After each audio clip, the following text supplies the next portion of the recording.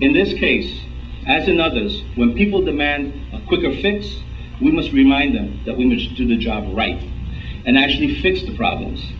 And once the immediate issues are addressed, we must have a management structure that will ensure focused responsibility and accountability over the long term. Equally important is meeting the challenges we continue to face as we build a more effective, customer-focused, and efficient government. This is what is often referred to as changing the culture of government. Many have described what we meant in government 2 years ago as a culture of corruption. Sadly, this was no exaggeration.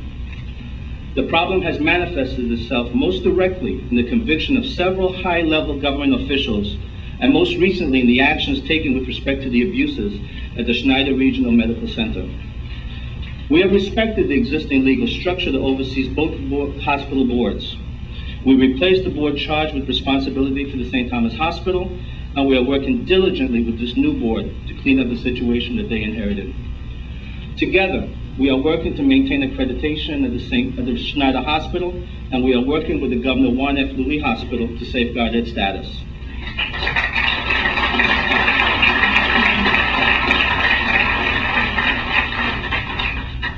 The residue of wrongdoing that was uncovered will remain with us for some time. It has damaged us financially, it has undermined our credibility as a community, and it has placed the delivery of healthcare services under a cloud. But the old description is no longer an accurate description of our government, and it is becoming less and less true as time allows our efforts to take hold. Surely there are still pockets of bad practice and wrongdoing that survive, but increasingly, these areas are being exposed and corrected. I will not rest until the perception and the reality become one, and the Virgin Islands government is seen as one of transparency, open process, honest dealing, and fairness.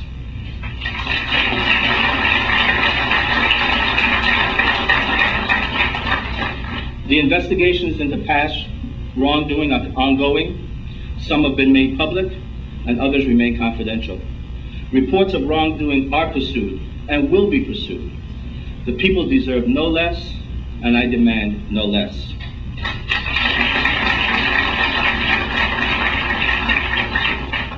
From day one, a central goal of our administration has been to rebuild relations with Congress and the executive departments and agencies that were damaged by years of neglect.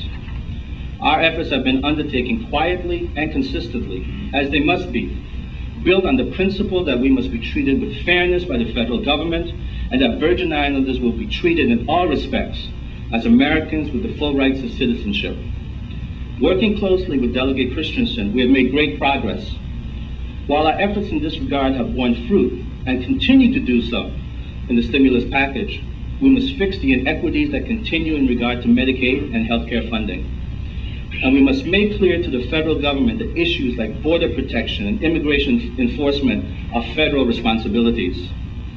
In some areas, most especially in the complex area between our local Bureau of Internal Revenue and the Federal Internal Revenue Service and the U.S. Department of Treasury, while there's still much work to be done. But even here, while we have made some progress on the long-standing issues of income sourcing and residency, the issue on the statute of limitation remains unresolved. We have met with key principals in Washington, D.C., and we are implementing a plan on how the audits and other issues will be handled.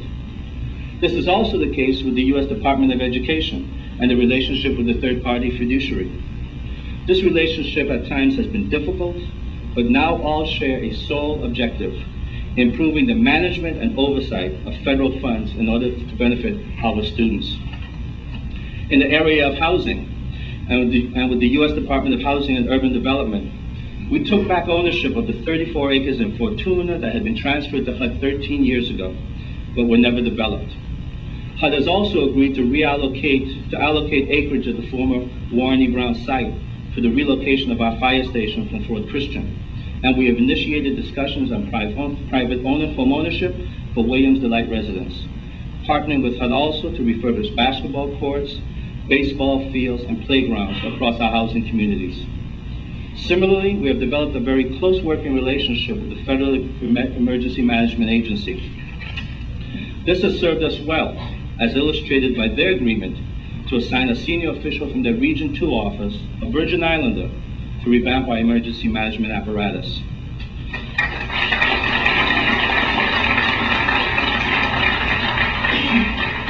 And we have deepened our relationship with the Department of Defense.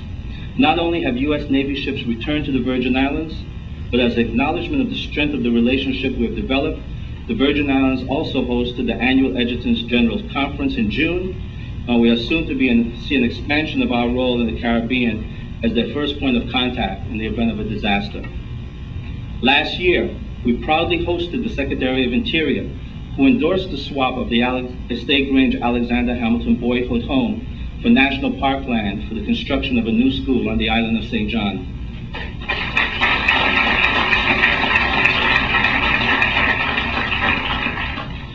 For a truly cross-agency effort, we can point with pride to the success of the Port Authority in regaining eligibility for as much as $10 million in new discretionary funding from the U.S. Department of Transportation for our airports after a 5-year hiatus.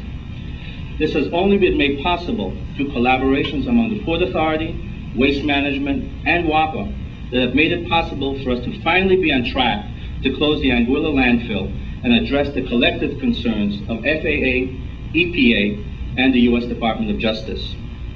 Without this collaboration, without this collective effort, we would not have moved past where we found ourselves when I took office, with the FAA threatening to close the Henry E. Rawson Airport, and the EPA and the U.S. Department of Justice threatening new legal action. As we work together over the coming year, we must remain focused on the main goal and objective: to manage our affairs so that we can emerge from this crisis with our communities and our economy intact, indeed more durable and capable of offering ever greater possibilities and opportunities for our residents.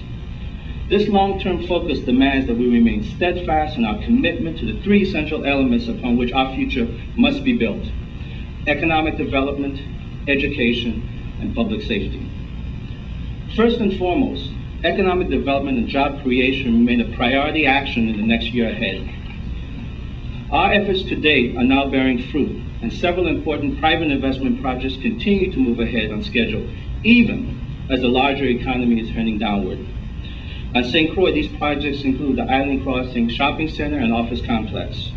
Our first project financed with our newly approved tax increment financing legislation.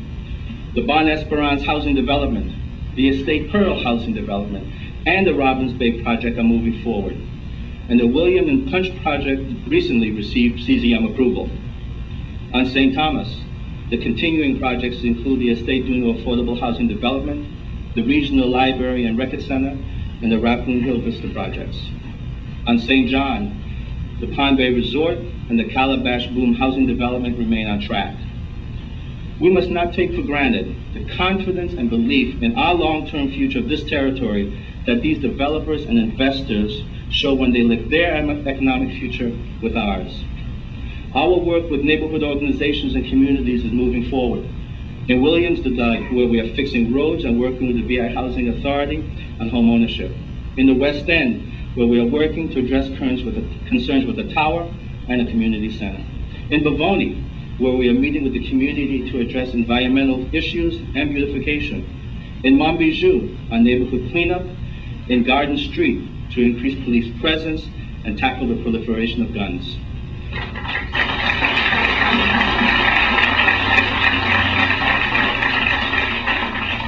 Our efforts at community revitalization continue to move ahead as we support the American Legion to build Bromley Berkeley Post 33 in Frederiksted and continue our partnerships with the Christiansted Restaurant and Retailers Association, the Coral Bay Community Council, the Charlotte Amalie Revitalization Task Force, the Water Island Civic Association, and our town Frederiksted.